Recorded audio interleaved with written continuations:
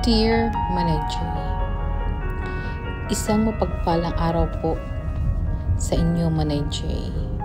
Itago niyo lang po ako sa pangalang Sharon. Gaya ng karamihan, lumaki din po ako sa hirap. Pero kumpara sa iba, lumaki akong nakakaranas din ng sarap sa buhay. Lumaki akong nasanay na lahat ng gusto ko, nakuha ako. Kahit mahirap lang kami. Nag-ulam din kami ng tuyo at chicheria dati. Pero dahil sa maarte ako, mas pipiliin ko na lang huwag kumain at magutom.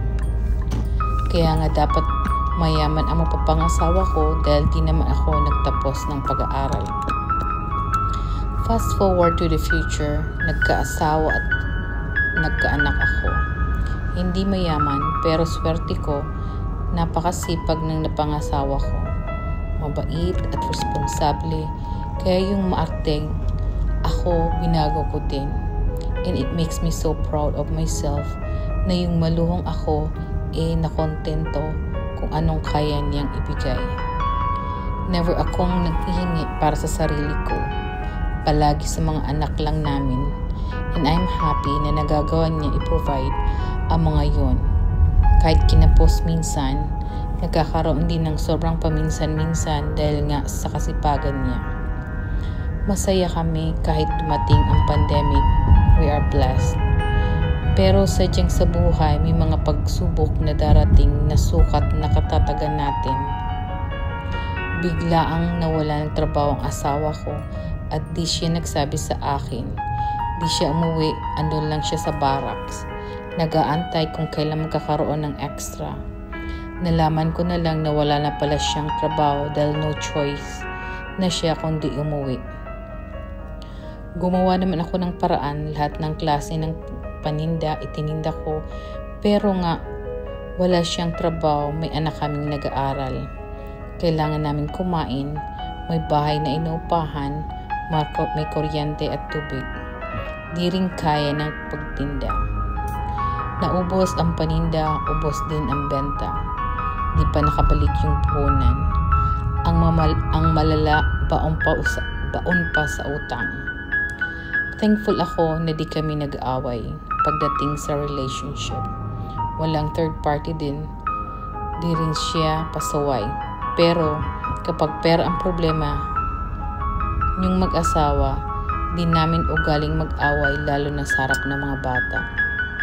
Kaya Cold War palaging imikan. Kaya Cold War walang imikan lang ang naganap. Di kami nagsasabay sa pagkain, di nag-iimikan, which is also toxic. Umalis siya sa bahay para maki-extra sa paglaot sa kaibigan. Doon din sa naghahanap ng trabaho. Ang awa ng Diyos, kahit provincial rate, pinagtiyagaan niya. Mas lala akong na-stress mo na Jay.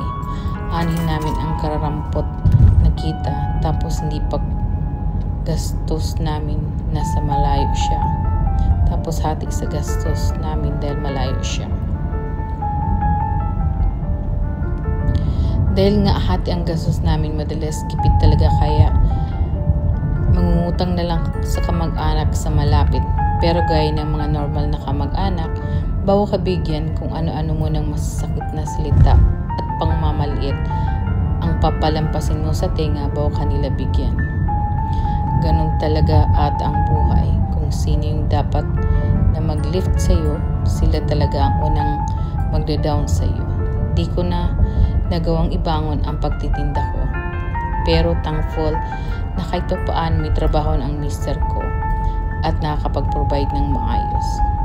Mahirap pa din ang buhay, lalo na kapag nagkakaltasan na halos wala nang matira sa sahod. Nangangailangan lang talaga di tayo makalimot na magdasal para nalampasan ang mga silent battles natin sa buhay.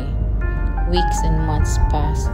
Kung kailan na regular sa trabaho ang asawa ko, mismong kumpanya naman ang kinailangan mawala. Same problem.